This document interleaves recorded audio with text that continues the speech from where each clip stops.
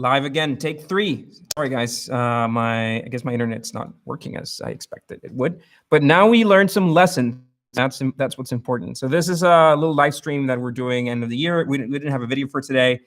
Apparently a lot of people are tuning in. A lot of people, we had like 200 people simultaneous on the last stream. That's cool. Let me publish this new live stream somewhere so you guys can move from this one to the new one, from the old one to the new one. Sorry. Oh, there we have people. Cool. So you guys came first. You guys get to ask the first questions. I have like 15 minutes or so left to continue answering your stuff. So let's get to it. So I'm building a startup. I don't have anything right now. No capital, no traction, no co-founder. Can you apply for seed funding? No. Don't solve those things. You sort of listed them first because you probably know that what I'm going to answer is you need the co-founder and the traction. Maybe you don't need capital to build an early product. You just need somebody else who's crazy like you, willing to test that out. And age, I don't think is that big of a deal. Just prove that you can assemble this team and then worry about money. Nobody's going to give you money if you don't have a co-founder, or very few people, I think. Caya, how do I motivate my founding team where there is no money and we work remotely because we live in different cities? That's cool. That's a good question. Good dilemma. I think it's a question of, there's only so much motivation. And I think that's, you're trying to reverse engineer the answer here. Set yourselves a goal. I think that goals and deadlines are very useful. Like, say we're going to work on this we're going to pour everything into this for Q1 2021, and if it doesn't work, we'll give up and we'll move to something else. I think that's useful. Those sort of deadlines are useful. Like, it forces you to sort of take a step back sometimes and think and realize if what you're doing is going in the right direction, I suppose. So that'd be my suggestion. Doing a couple, taking a pause while we have people join to this new live stream to talk about some of our plans for 2021. I promised I was going to talk about that. So the first thing we're launching is monthly, which is I'm very, very excited about. We're going to do the alpha version for monthly starting January. So if you want to be a part of that, go to monthlyapp.com and sign up. I think the product's looking pretty slick. We're probably going to move to, it's going to be a private selected alpha. Beta public is going to be February, and we're aiming at launching the product in April. We're doing a few campaigns, and we're going to need some of your guys' help to sort of boost the product on Product Hunt when we launch it, and sort of generally talk about it. So I'm willing to exchange some office hours in exchange for your help. That's a good offer. Let us know in the company. I mean, sign up for monthly app. You'll get an automatic email from me, and then we'll discuss what we can do together and how you can help us. And then, like I said, I'll exchange some one-on-one office hours for you. How do I find mentor for my SaaS company? I have some debate on the whole mentor advisor persona.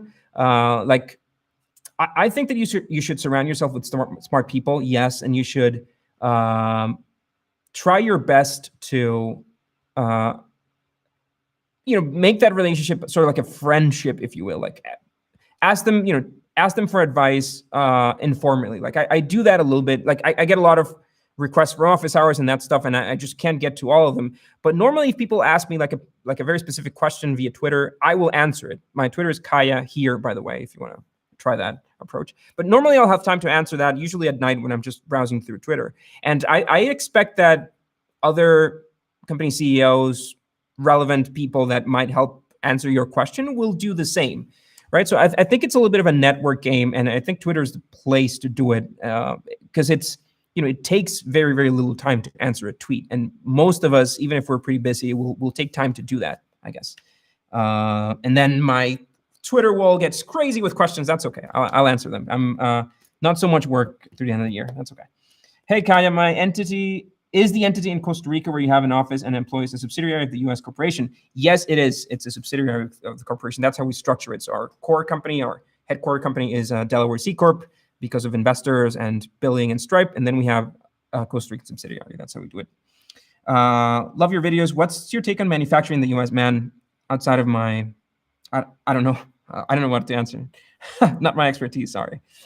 How to set marketing milestones. The marketing milestone 101 is you need to acquire customers, for less than the revenue that you make from those customers. That's just a milestone, right? So how do you find a campaign that you can scale, that you can continue pouring money into, because you know that you're going to make that money back? I did an example in the last stream that crashed, but say you're an e-commerce platform, the product costs $50 to manufacture, and you decide to sell that product for $80.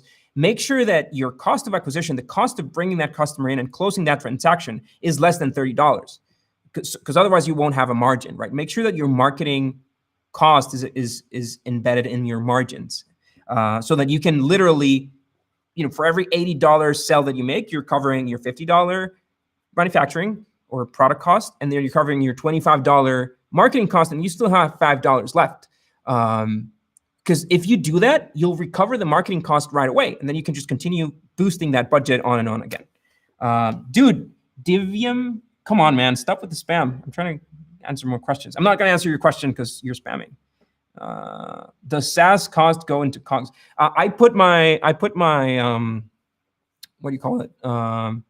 Our server costs, web hosting costs, we consider those part of COGS, and we consider our support team part of COGS as well. We recently split that, and we have marketing and all of that stuff in SG&A, and then we move the support team, the designers who are inherently part of offering our service. We move that to COGS just for better tracking.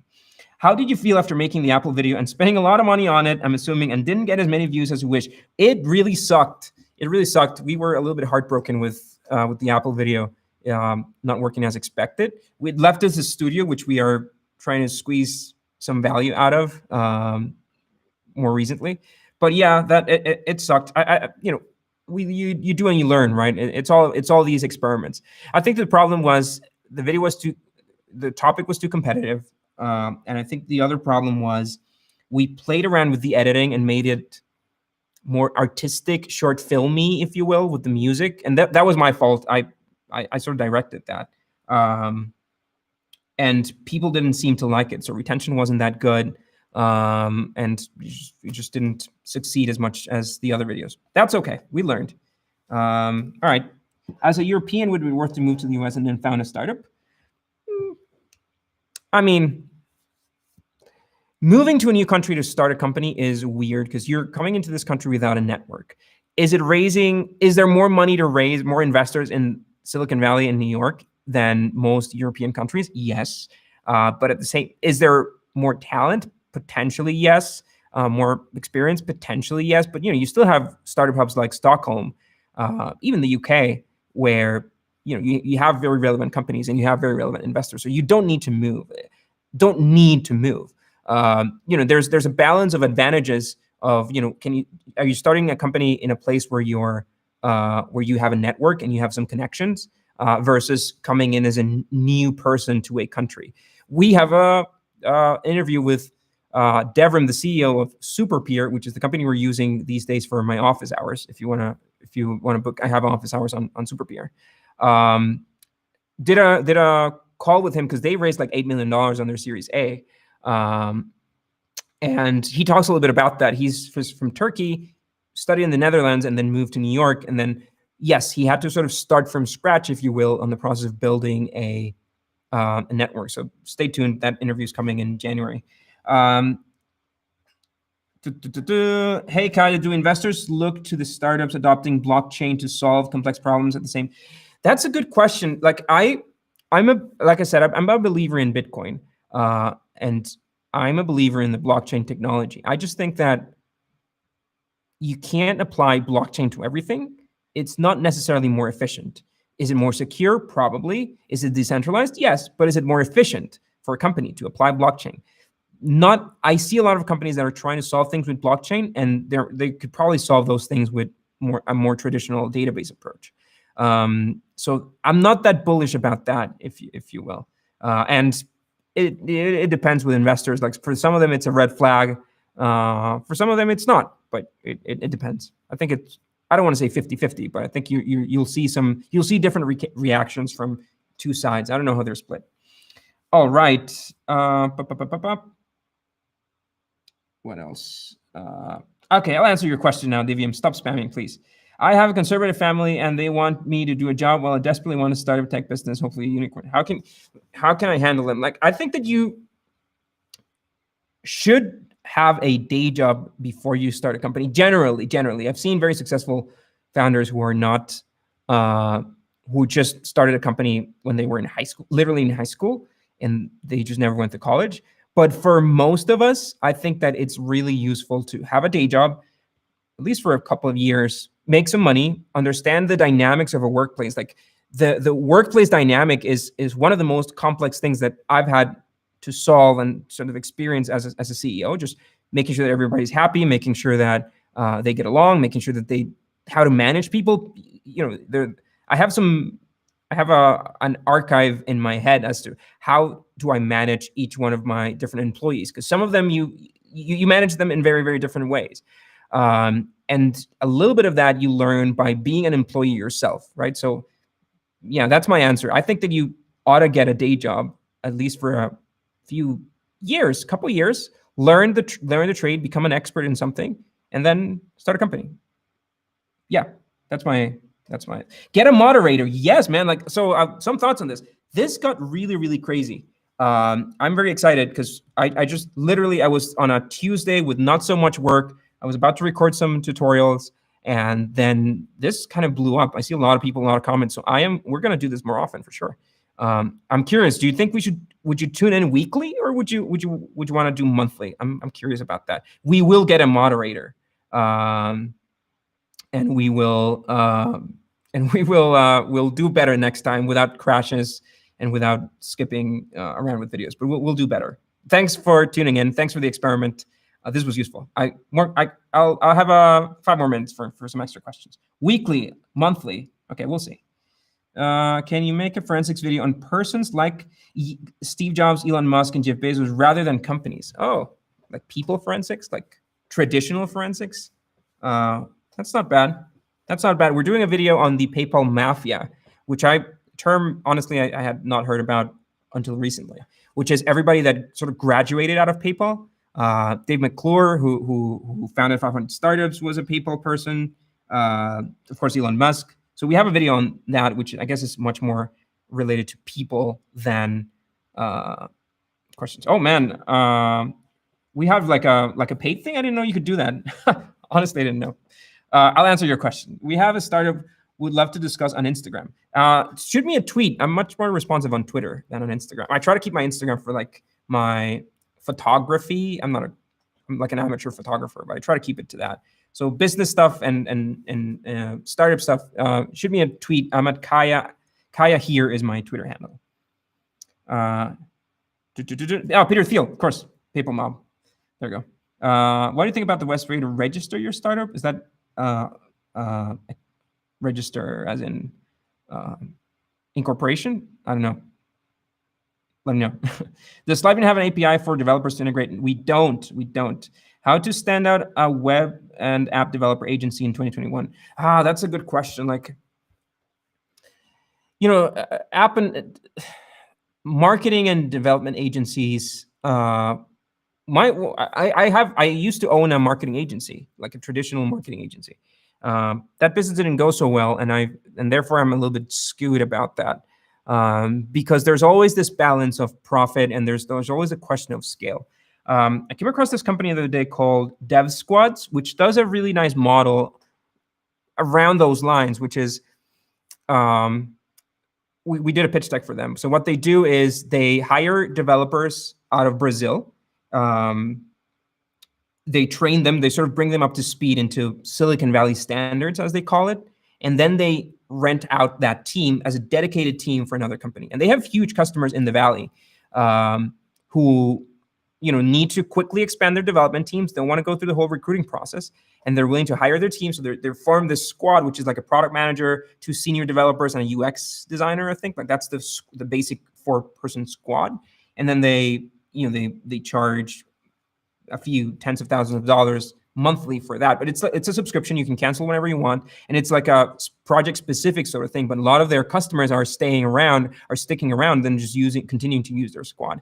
So I think that was a very interesting alternative approach in the traditional agency model, where they're literally dedicated assets, and by and the company is based in the US, but the developers are hired in Brazil. The founder is Brazilian, so they're sort of making that bridge, which is a complicated bridge as a recruiter, right? Like for me to recruit a team that's completely outside of my country and not and going through that cultural bridging, if you will, is a lot easier when the salesperson you're talking to is in the same country and works up to your standards, and then they're the ones doing the bridging to their employees abroad. So that's an idea. Could you do a company forensics video on AT&T? Okay, we might. We'll add it to the list. All right, so I'm running out of time now. I'll answer three more questions, and then I'll add. So when you design your software and AI, did you hire someone or did you do it by yourself?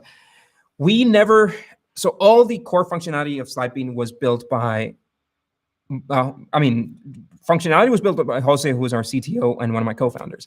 No, we don't outsource any core stuff like that. We've outsourced some UX design, landing page design, stuff like that. We outsource sometimes, but core product functionality, I'm a firm believer that this should be an in-house thing. Never outsource, because that's what sort of makes a company unique, the ability to sort of design, develop their own features and sort of have the pulse on that and be the experts on your trade, right? Do you think that YouTube is a monopoly, taking a big cut from creators, and there should be a YouTube alternative? I actually don't think that. I came across a company the other day who's trying to do that, trying to be like an alternative YouTube. But I am very willing to give YouTube whatever, I don't even know what percentage of our ad earnings they take, because they give us the audience, right? We don't have, we just published this thing an hour ago and we've had, 300 people just watch the live stream. It's insane. And I can't replicate that in any other platform. So, yes, YouTube is giving you that value. And I have the same belief with Apple and Google and their app stores. Like, they're giving you the platform. They created the device. They're standardizing devices so that you can develop apps for them. I think that they deserve a cut. Is 30% a lot? Yes, but that's just, my answer to that is there have been multiple unicorns, huge companies built on the backbone of the App Store on this platform that didn't exist before. And they dealt with their 30% margin all along. So is it a business break-in margin? Of course it isn't, because you have some huge examples of companies that have just built on that. Is it unfair? I think that's a great question and a great answer, but I think that if companies have been able to succeed with it, and once again, they've provided a platform for hundreds of thousands of multi-million-dollar companies and apps and games that just were built on this platform that didn't exist before, I think that Apple and Google both deserve a cut of their earnings. They're providing the platform. People will riot about that answer, I'm sure. Okay, so last question, just taking this randomly. Mile time, how to compete with big companies who are providing same solution like my company? I love that to be the final question. So we had that a little bit with Slidebean, of course, and PowerPoint. At the very beginning of Slidebean, we thought that we were gonna compete with PowerPoint more directly, and then we figured that we just couldn't. And the reason why we couldn't was because we just couldn't solve everything that PowerPoint solves for all the different types of users that PowerPoint has.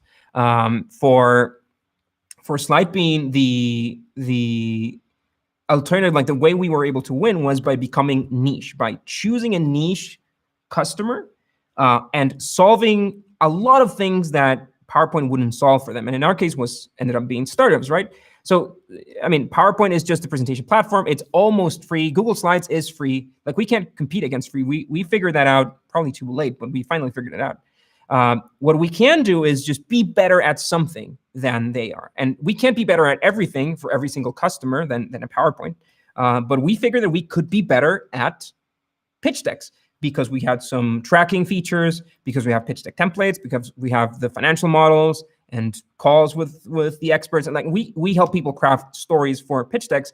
And there are other more technical questions there as well. For example, we figured that when somebody was coming into Slidebean and they had a bunch of presentations already, like importing those presentations into Slidebean wasn't very efficient. It was a huge barrier of entry for our product. But what we figured out is that with startups and with pitch deck, most CEOs are coming into Slidebean to start their pitch deck. So it's easier. The barrier is a lot smaller because all they have to do is adapt to our platform, which hopefully is easy enough. But they don't have to import presentations because they're creating this pitch deck. This is the first time they're creating one, right? So those little things in terms of user experience that lower that barrier, but at the same time make the product better for a specific use, I think they're the ones that allowed us to stop thinking about competing against PowerPoint, but instead think about creating a niche for ourselves in a different audience. All right. So since I have you here, I'm going to tell you a little bit about what we're doing for 2021, and then hopefully hear your thoughts before I quit, before I end the stream. But some stuff for 2021. Like I said, we're launching monthly, which is a SaaS tracking platform. Very excited about that. Like our secret sauce at Slidebean we discovered is I guess we're pretty good at content. Flex brag, but I guess we are. So we're using that to launch new products to the same audience that we've already engaged. And our favorite product recently is this monthly thing. It's going to let you track your SaaS subscriptions, and it's going to let you track who in your company is using or not using certain products, and you can find abandoned SaaS tools that nobody's using so you can cancel them. The way we're doing is, instead of having you connect your bank account, we're letting you just forward you or anybody on your team can just forward an invoice to a dedicated address that we'll create for you. And then we'll track them, parse them, and generate a report for you on the SaaS expenses. We found this problem because we were struggling with that ourselves. And we tried to find a tool and we couldn't find any, literally. And we figured, well, we might as well build it ourselves. So that's what we're doing. That's the big plan biggest like product plan for 2021. You're going to see our YouTube channel splattered with monthly ads for probably around April, which is when we're launching. But as for YouTube content, we're also doing a news series, and I'm curious about to hearing your thoughts about that. So we're doing these company forensics videos, and the problem with forensics videos is they take us about a week and a half to probably like 2 weeks to write, shoot, edit with B-roll and animations and whatnot, and launch. And we're always late to the news, right? Because we have to produce a video that's going to go out 2 weeks late. So we figured that we want to do like a newscast show sort of thing on a regular weekly basis. And one of the debates we had was whether we wanted to do this on a live stream rather than a pre-recorded video. And I think that if we have a nice set and I can read a script from our teleprompter without stuttering, then we might do this live, because I've seen, I see this success. But I'm curious what you think. Like, the idea of this is like discussing, the startup news of the week, if you will. We'll probably pick 2 or 3 relevant things that I can talk about, and then a little bit of an opinion, at least on what I think is going to happen. If you're curious about that, I'm curious on whether you're curious. And then, we'll wrap it up with some comments, opinion, and so on. So we want to do this on a weekly basis and see what happens if we kind of bring more current news to the channel. In the end, our goal with the channel is, can we get to 1 million subscribers? Can we get to 1 million subscribers in 2021? That's the question. We hit the 100K milestone in June this year. We hit the 200K milestone in early December. So, can we 5x that in the year that we have left? So that's why we're producing some extra content. What else? Expanding the team. Oh, by the way, this is good. This is an idea. We are hiring. We've struggled to find a hire, and I'm opening this recruiting to you guys watching, both for applying yourselves and for ideas. But the opening is on AngelList if you want to check it out. But here's a challenge that we faced. We figured that, again, we're pretty good at content. We can produce this content. We can produce these videos, and they're interesting. You guys like it. We're really happy that we've built this audience. But we are not that great at sort of maximizing this. We haven't succeeded too much in moving this content to Instagram or moving this content to TikTok, which I'm a new fan of. There's that new audio tweet platform. I forgot the name. We're not new to these. We're not good at sort of being there the first and sort of discovering a format for those platforms. Extend that to a little bit of social media. Facebook is less sexy now, but it's still there. The Twitters of the world, Reddit, we're not that good at publishing or taking the content that we created that I think is good and sort of moving it there, discovering the format, discovering how to talk to these people.